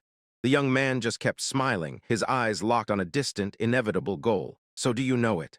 Deep down, a singular, violent promise echoed in his very soul. I will make them suffer as much as I did. The scene opens on a Doron's laboratory, an abandoned facility shrouded in night. A voice whispers, I think it is either a C or C- rank dungeon based in Uejangbu. A hulking monster crouches in the dark, chuckling menacingly. I heard that it is a good place for new hunters to grow stronger, the voice continues. I see. Back in a comfortable living room, Hyeonu casually pops a snack into his mouth. But why there? His silver-haired friend asks. I have got some business there, Hyeonu replies. His friend's brow twitches with doubt. I am not sure you will be allowed in there. Hyeonu stops chewing. What are you talking about? Like I said before, his friend explains, the Ares Guild is abusing their exclusive rights to the dungeons. A Doron is one of those. Hyeonu's eyes widen in sheer disbelief. What kind of nonsense is that? What about the government? Aren't there any laws to prevent monopolies? Hyeonu demands. His friend sighs heavily. Hyeonu, the government and politicians have no time for hunters. We have no voting power. Only a tiny number of people pass the tutorial tower and go on to become hunters, the friend points out. Hyeonu leans forward, outraged. You said they even kill some people in the dungeons. That is murder. The friend's expression turns deadly serious. The dungeons are so dangerous, the police are not able to investigate. They mark those deaths as accidental. Hyeonu frowns deeply, his frustration boiling over. What complete bullshit. The scene shifts to the towering Ares skyscraper gleaming in the daylight. Well, on the surface level, Ares is the leader of a rising industry, his friend notes, and any situation involving hunters is too delicate for outside powers to interfere. Hyeonu abruptly stands up restless. Whatever, I will just sneak in then. His friend stares at him, with the guys from Ares guarding that place 24/7. A confident smirk spreads across Hyeonu's face. Really? Then I guess I need to figure out another way. His friend looks up, a bead of nervous sweat forming. Surely you are not. Hyeonu flashes a reckless grin, practically radiating chaotic energy. I will face them head-on. His friend swallows hard, visibly anxious. If you do that, you will make yourself an enemy of Ares for good. Hyeonu's eyes narrow in deep thought. Suddenly, a brutal memory flashes through his mind. A suited man being violently smashed into a stone wall, sending a cloud of dust into the air. Hyeonu casually brushes off the concern. It is a bit too late to worry about that now. High up in the Ares skyscraper, corporate scheming is underway. As you can see, the Pado Guild is more persistent than expected, a voice echoes. As a result, the Ares Guild's expansion into China will take longer. Inside a dimly lit boardroom, two executives review a global map. How long are we expecting? At least 5 months, the presenter replies. The seated executive presses further. What about movements in Russia and Japan? Russia will take 8 months minimum, he states. As for Japan, 7 months. Hyeonu Hyuk, the S-grade hunter and manager of the Korean branch, rests his chin on his hand, looking incredibly smug. Not bad at all. The time it takes does not matter, Hyeonu declares, his gaze cold. The priority is to always stay one step ahead of the pack. He wags a finger with a sly smile. Like when farming monster kills, you do not need to be faster than the dungeon boss. You just have to be faster than the guy next to you. Hyeonu waves off the presentation with a casual flick of his wrist. Keep monitoring what happens. A subordinate hastily passes him a folder. Here, sir. Another manager presents the file. The analysis of Hyeonu Kim's projected stat level, as you requested earlier. Hyeonu's smugness vanishes, replaced by intense scrutiny. What is this? A flurry of surveillance footage shows Hyeonu completely obliterating enemies in the tutorial zone, alongside a glowing, maxed-out stat chart. We used the footage of his movements to produce an estimate of his levels using a trial analytical device. Hyeonu flips through the pages, an arrogant smirk creeping back onto his face. Is the device working properly? Head of Human Resources, Byung-guk Yu, replies professionally. I had my doubts as well, but according to the analysis department, the margin of error should only be a difference of 1 grade. Hyeonu grips the paper tightly, crumpling the edge. So this is for real. His eyes gleam with predatory interest. Did you recruit him? Yu sighs. Mr. Kang attempted to liaise with him, but Hyeonu cuts him off. All right, so long story short, you were not able to? No, sir. Hyeonu's face plunges into shadows, a dark scowl forming. Forget it, we are better off without him. A picture of Hyeonu lies on the table as Hyeonu glares at it. Mr. Yu, you are a smart man. No need to play dumb with me. He visualizes Hyeonu brutally kicking a monstrous beast. Recruiting a guy like him would be a huge benefit to the guild. With his ability, he would make incredible progress, speeding through the labyrinths and dungeons. He would be given a big push, too. Hyeonu taps his fingers rhythmically against the desk, and he would net us some enormous profits. A long pause hangs in the air. However, Hyeonu's expression turns venomous. He might not be satisfied with that and come after my position. He points an accusing finger at you. This is what I like to call a poison apple. It might look delicious, but one bite and you are in big trouble. Leaning back in his chair, Hyeonu orders, forget about recruitment. Instead, teach him some important lessons. You understand what I mean? Yu bows sharply. Yes, sir, I will let the management division know. Suddenly, a frantic employee dashes down the hallway and bursts into the room. Mr. Yu, sir. Yu turns, annoyed. What is the matter? The messenger huffs, desperately trying to catch his breath. We have a problem. At Adoron's laboratory, Yu's eyes widen in shock. The scene cuts to the rocky peaks of Chenbo Mountain. A young woman's voice rings out, can you not just let me in this one time? At the heavily guarded entrance of the C-rank dungeon, a red-haired archer pleads with the Ares checkpoint guards. I told you already, you need to hand over a dungeon admission ticket, a guard scoffs. The archer droops, looking defeated. There are not any other places to hunt. One of the guards chuckles darkly. Why do you not go to a labyrinth? Those have low-level monsters, and more importantly, they are free. He mutters to his buddy. Tell her that, and she might go and get herself killed. He leans in closely, mocking her. No skills and no money, but you want to take the easy route. I do not think so. She stammers, practically begging, please, just this once. The guard smirks, enjoying his power trip. Too bad, I am the type of guy who goes by the rules. Then his smile turns greasy as he leans even closer. But now that I have taken a closer look, I might change my mind. The girl grimaces, thinking what a complete creep he is. Really? She stutters nervously. Give me your number and I will let you in, the guard offers. As she stammers awkwardly, a foot in a casual striped slide sandal steps right between them. The guard blinks, utterly confused. What is that? Standing there, hands casually stuffed into his tracksuit pockets, is Hyeonu, looking completely unbothered as a heavy beat drops. The guard shouts indignantly, Hey, mister, there is no bathroom here. Go do your business in the woods. Hyeonu tilts his head with an innocent expression. What if I need to do my business in the dungeon? The guard bristles. What? The guard loses his temper, shouting, "Old man, this is not some playground. This is a real dungeon, understand? A dungeon with monsters inside." Hyeonu ignores him completely, smoothly pushing his way past the blockade. "Right, that is why I am here. I have some business to take care of in the dungeon. What do you not understand?" Hyeonu flashes a terrifyingly bright smile. "Are you stupid?" At the heavily guarded barricade, guard barking, "What?" Then with an irritated face, he said, "You should watch yourself. You are on thin ice. Who the hell are you?" Hyeonu simply stares back, entirely unimpressed. He bends down and casually slips off his sandal. "I've had enough of you guys," he says, as the guards watch in pure confusion. Raising the humble footwear like a holy weapon, Hyeonu states, "I tried to be nice, but you don't seem to understand." The spearman tilts his head, utterly bewildered by the threat of a shoe. With a cheerful smile, Hyeonu waves the sandal and taunts, "Hey, come here."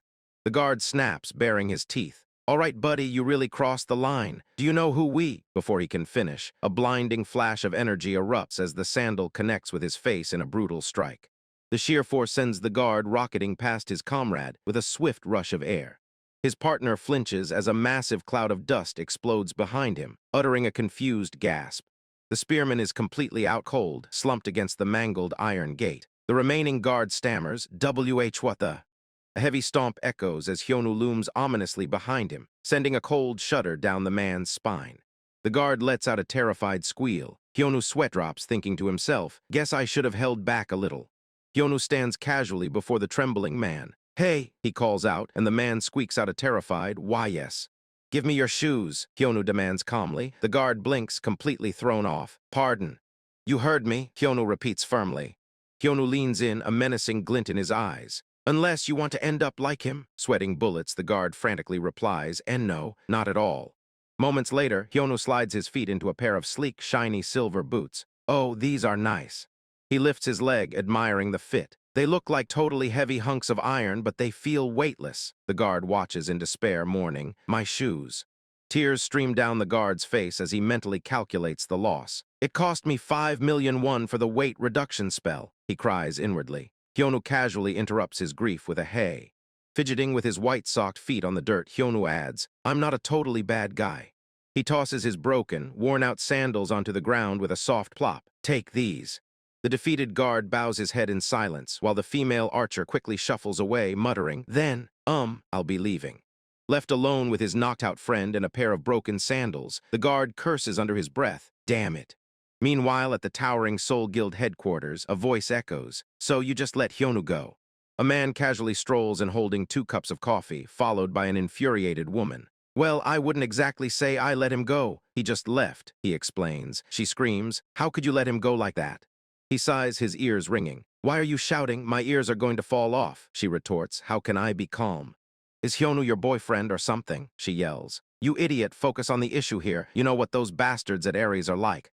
The man turns, defending himself. "Right, so I tried to warn him, but he said not to worry and just ran out. What was I supposed to do? Does Hyeonu look like someone who can be stopped?" The woman goes silent, realizing his point. Seeing her hesitation, he smirks. "See, even you're not sure." She processes the situation. "So you're saying Hyeonu and the Ares Guild hate each other's guts now?" The man replies. "According to Hyeonu, yup." Taking a calm sip of his tea, he adds, "I don't know the exact details either." The narration shifts as we see Hyeonu standing before the massive, rocky entrance of a dungeon. Usually he's not the type to cause trouble if he's left alone. The man's voiceover continues. However, the man tightly clenches his fist. If anyone were to cross him, all offending parties. A close-up reveals Hyeonu's intense, glowing eye radiating pure malice.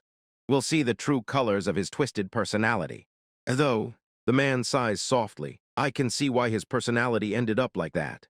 As Hyeonu steps into a dark, foggy hallway, the man's voice continues, "But you know, I don't think we really have to worry about him." Hyeonu looks back, mildly confused, asking, "What?" The stolen silver boots sparkle brightly on his feet. "Really, I don't think we need to worry." Hyeonu lifts his leg, testing the new gear in the dimly lit corridor. At least, if what Hyeonu said is true.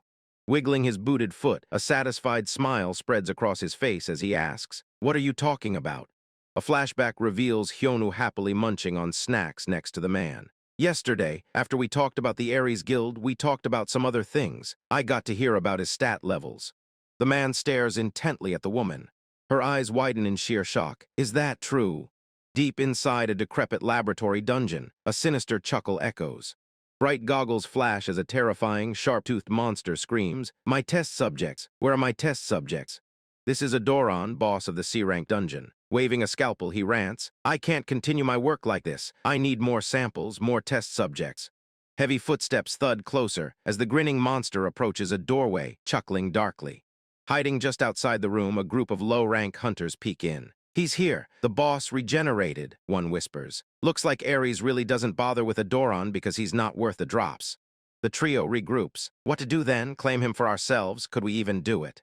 The spearman grips his weapon tightly. "We used the last of our funds to get here. If there's a boss, we should get him." The female rogue hesitates. "Is that capable with our abilities? When fighting bosses, usually you form a guild party." The armored tank assures them, "I did some research before coming here. Adoran has high defense, but due to his low offense, he can be defeated by wearing him down over time." She hums thoughtfully, "It might work." With renewed confidence, the three strike a heroic pose with their weapons. "All right, let's get him. We have to defeat boss mobs to attain higher grades." The tank peeks back into the room. "But if it gets dangerous, we should." The spearman suddenly gasps, "Who's that guy? He doesn't look like a hunter." Standing casually in the middle of the dark room is Hyeonu. Heavy footsteps echo as the boss laughs at his new prey. Hyeonu glares up fearlessly as the monster gloats with delight. "A new test subject is here."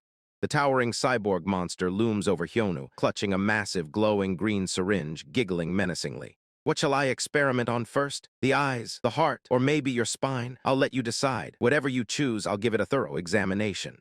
12 years ago, we learned exactly what Hyeonu went through as a child. A worn sign for the Boram Children's Home stood as a grim testament to his bitter past. A cold-eyed adult looked down at young Hyeonu, ordering him not to get into trouble and to try not to show that he didn't have parents. The man sneered, demanding that the boy respect his teachers. He told Hyeonu to keep his mouth shut unless spoken to, while the young boy merely stared back, his eyes already void of warmth. With a dismissive tone, the man simply wished him good luck. Standing alone on the quiet street, Hyeonu's tragic backstory unfolded. After losing his parents in a fatal car crash, his greedy cousin sent him to a children's home and stole his inheritance. Perhaps that was the day he completely lost faith in humanity. With the deep rumble of a departing engine, the car sped away, leaving him entirely alone. But even though he's usually completely fine, if someone actually tries to control or pressure Hyeonu, his deep crimson eyes narrowed with lethal intent. Or if they just flat-out cross him, he absolutely doesn't hold back, choosing instead to unleash his twisted, pent-up grudge upon them. Back in the present, Adoran, the deranged boss monster, laughed maniacally. With a sharp metallic clink, he readied his glowing green syringe and asked what he should experiment on first. The syringe hummed with a high-pitched mechanical whine. Taunting his prey, Adoran asked if he should examine the eyes, heart, or spine, generously offering to let Hyeonu decide. Hyeonu stared at the menacing creature with utter boredom, telling it to stop. Adoran licked his jagged teeth, drool dripping down his chin, and chuckled, asking what exactly he should stop doing. Before the monster could blink, Hyeonu's fist met its face with a bone-crunching impact, sending shockwaves through the air. The other hunters, cowering behind a pillar, watched the monster hit the ground with a heavy, echoing crash. Their jaws practically hit the floor.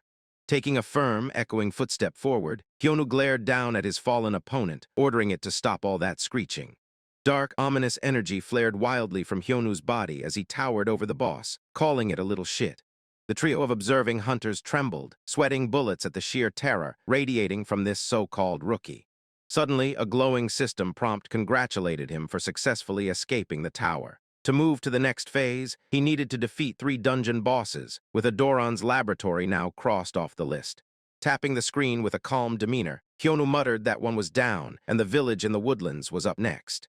As Adoran's remains dissolved into ashes with a soft hiss, the tracker girl pointed a shaky finger at Hyeonu, asking her party members if that was who she thought it was.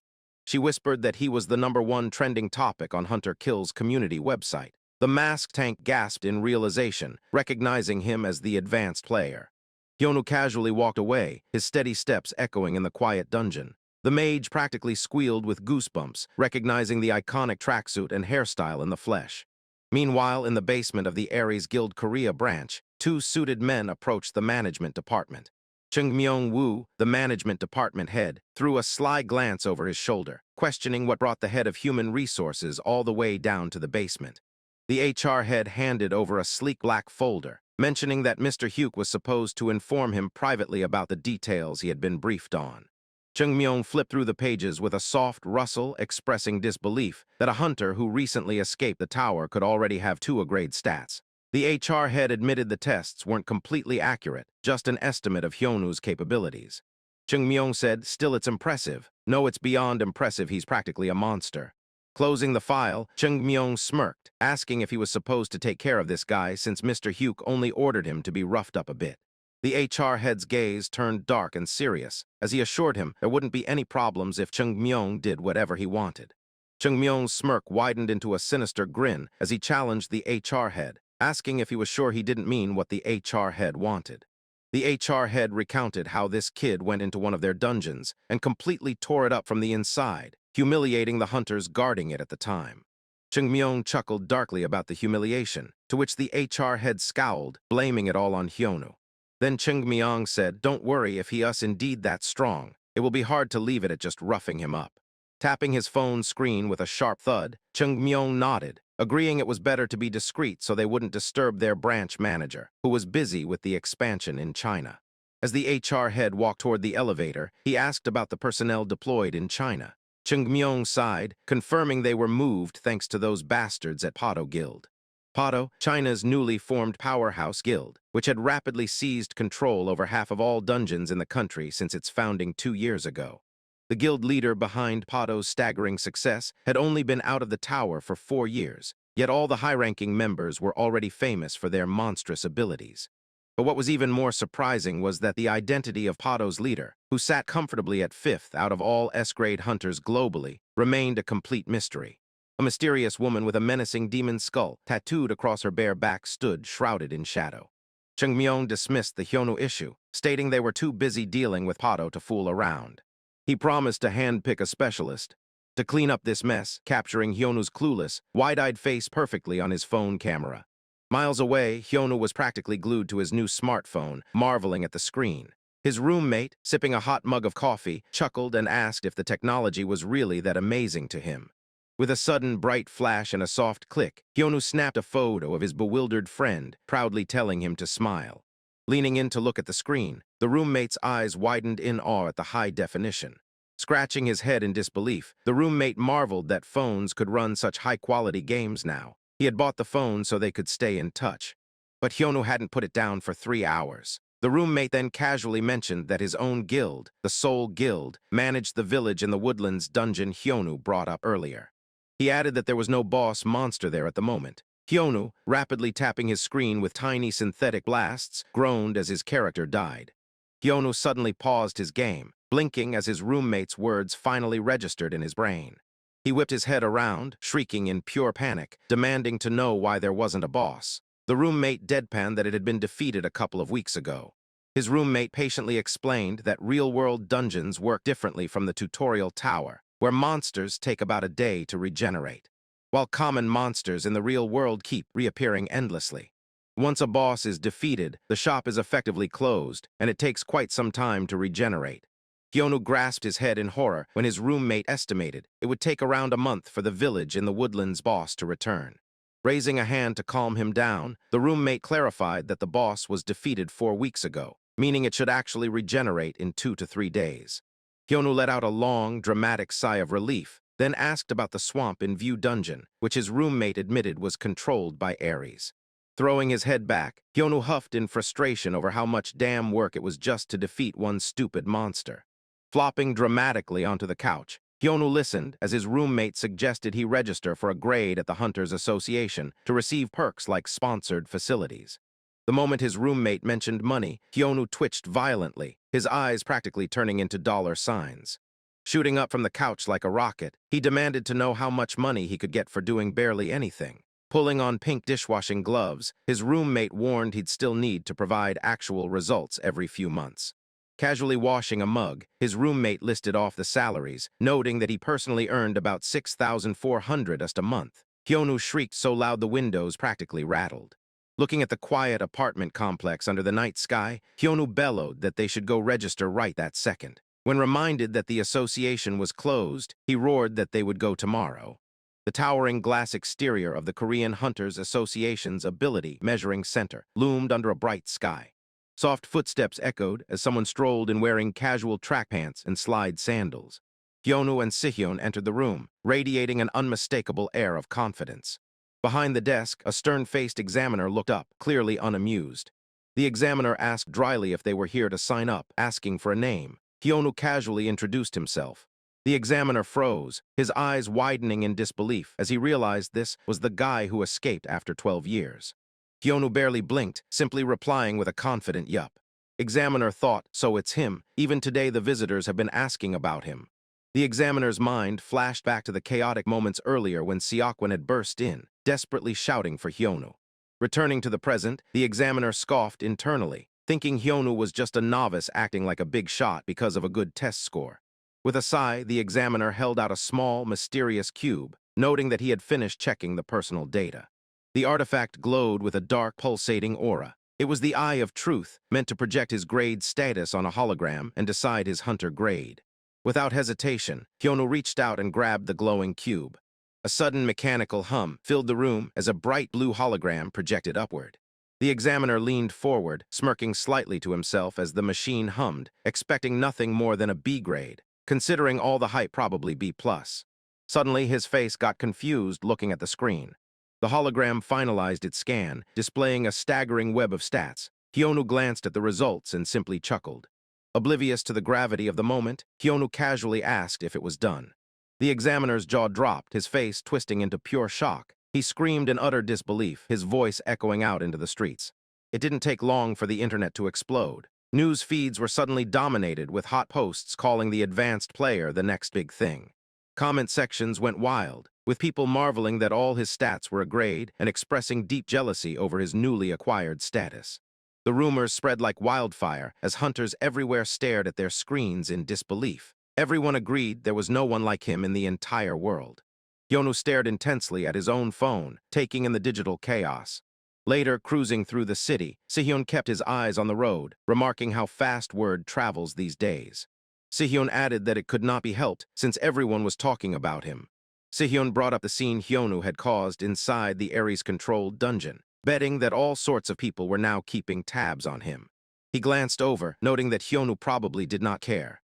But he warned that Ares had already gathered intel on him, and they would not just sit back after their territory was invaded. Sihyun urged him to be careful, warning that Ares was not to be taken lightly. Beside him, Hyeonu aggressively tapped his screen, oblivious to the threat.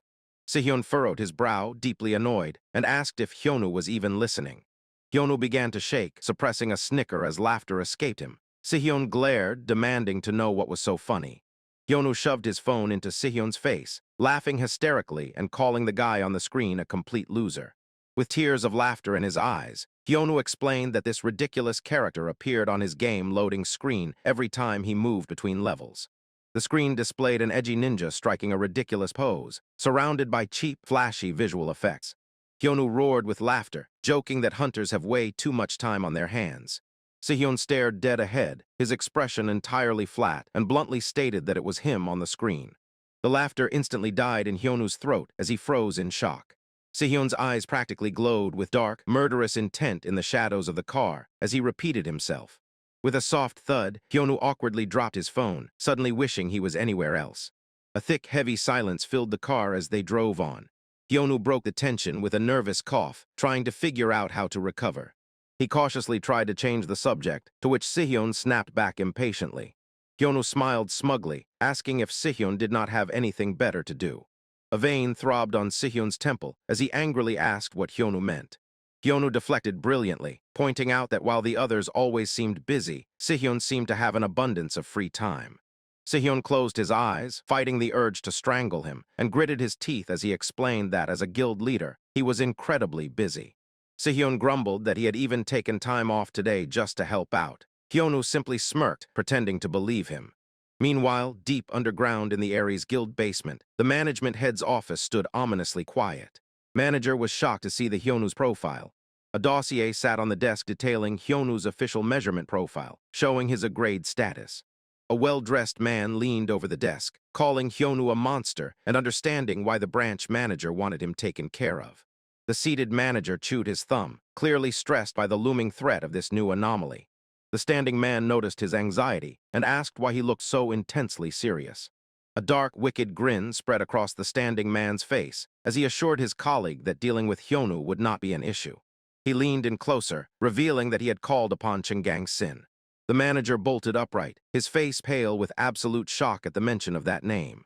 The manager gasped, verifying if he meant the hunter about to become an S-grade in China. The man smoothly replied that he was perfect for handling Hyeonu. The manager's face hardened, the sheer gravity of the situation sinking in. In the shadows, the standing man's grin widened into a chilling, confident smirk. Later that night, under the pale moonlight of the woodlands, Hyeonu questioned why the dungeon entrance was unguarded. Sihyun explained it was because their guild owned it. Sihyun checked his phone, which read exactly 11:59 p.m., noting it was almost time for the boss to regenerate. A confident smile broke across Hyeonu's face as he signaled it was time to move. The trio ventured deeper into the dense, dark forest, walking side by side into the unknown. But just behind them, the soft rustling of leaves concealed a shadowy figure sneaking silently in pursuit. Hidden in the dark, a jagged, terrifying smile revealed a row of sharp teeth, waiting for the perfect moment to strike. Deep in the Ares Guild building, down on the 5th basement floor, ominous double doors hide the management head's office. A man in a sharp suit smirks, leaning in to ask if his partner got a good look at their target. A rugged, scarred man named Chungang kicks back in his chair. With a heavy, dramatic pulse filling the silent room, he cracks a wicked grin. Chuckling darkly, Chungang confirms that he got a great look all right. His eyes narrow with malicious excitement as he admits the kid definitely lives up to the wild rumors. Chungang visualizes his target, noting that the boy relies entirely on pure physical stats and overwhelming raw power, without a drop of magic or other abilities. He admits that it is actually quite impressive. But a sinister smile stretches across Chungang's face as his tone shifts. He said it was also quite easy to figure out how to defeat him. The suited man lets out a smug little scoff, already knowing exactly where this conversation is going.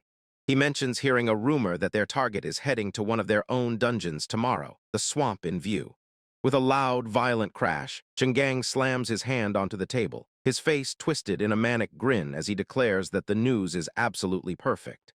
Meanwhile, the following day at the entrance of the swamp in view dungeon, Hyeonu stands completely alone in a desolate dirt clearing, surrounded by towering, jagged rocks and overgrown bushes. A sudden gust of wind sweeps past with a rustling blow, scattering dry leaves around him as he pauses in eerie silence. He glances over his shoulder with a hint of suspicion, muttering that he isn't sure what it is exactly, but something feels seriously off about this place. Suddenly, his pocket vibrates with a harsh buzz, making him flinch in surprise. With a swift motion, he pulls out his phone, his eyes widening slightly as he checks the screen. It is a text message from Seoyeon, asking to confirm if he is really going to the swamp in view. He stares at it, completely speechless. Sharp chimes echo from his phone as she frantically sends more texts, begging him to remember what she warned him about the Ares Guild yesterday. Letting out a long, exhausted exhale, Hyeonu shakes his head. He wonders aloud what exactly has Sihyun and Seoyeon so paranoid all of a sudden. Putting his phone away, he turns his back and resumes his steady stride toward the dungeon gates, completely unfazed by the warnings.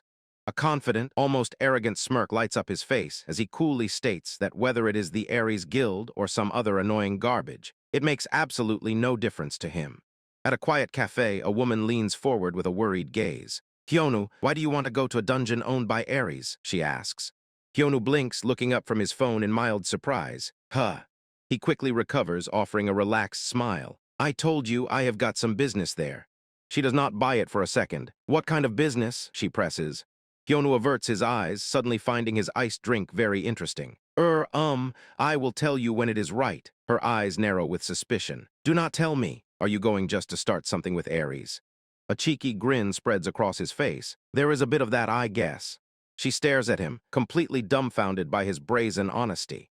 With a heavy sigh, she rubs her temples, feeling a headache coming on. "I know there is no need for me to worry," she admits softly, her expression turning serious. Her thoughts drift back to earlier warnings. "I heard about Hyeonu's abilities from Sihyun."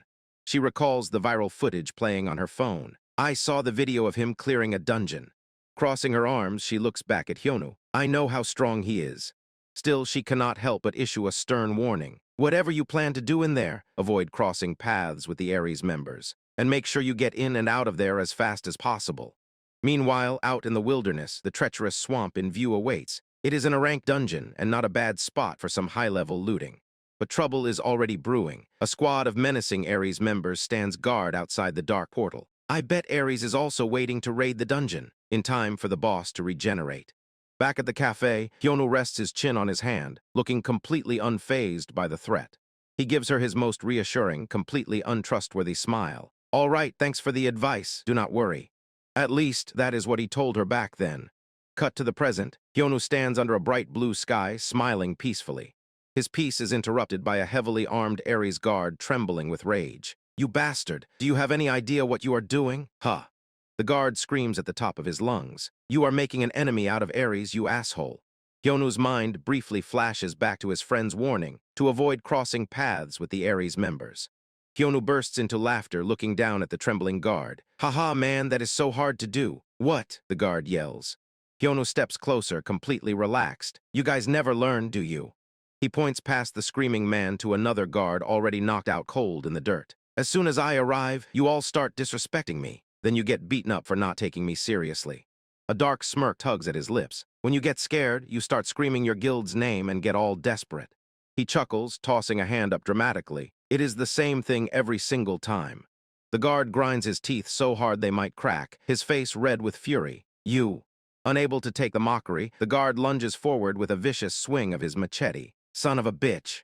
A blinding flash of blue energy explodes on impact, scattering the dust.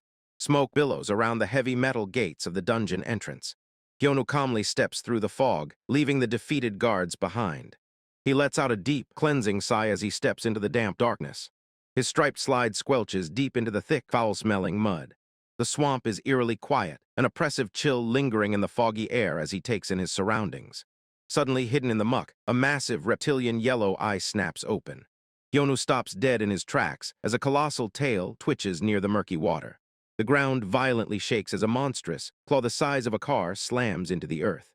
The swamp erupts in a shower of mud and debris as the colossal beast reveals itself. Hyeonu stands casually with his hands in his pockets, looking up as a huge shadow engulfs him. A titanic mega-alligator bursts from the water, snapping its horrifying, jagged jaws at him. A glowing system prompt chimes in the air, revealing the boss monster's terrifying name. Hyeonu stares blankly at the towering monster. Wow. He remembers his friend's crash course on the beast. Its hide is strong and tough and even has magic resistance, so it goes for a lot of money, the teeth too. Dollar signs practically appear in his eyes as a greedy smile spreads across his face. Heh. His fangs show in a wicked predatory grin. The hunter is ready. With a burst of speed, Hyeonu launches himself high into the air, bringing down a devastating, glowing strike straight onto the beast's snout. A thunderous explosion rocks the swamp as the alligator's head is violently slammed downwards.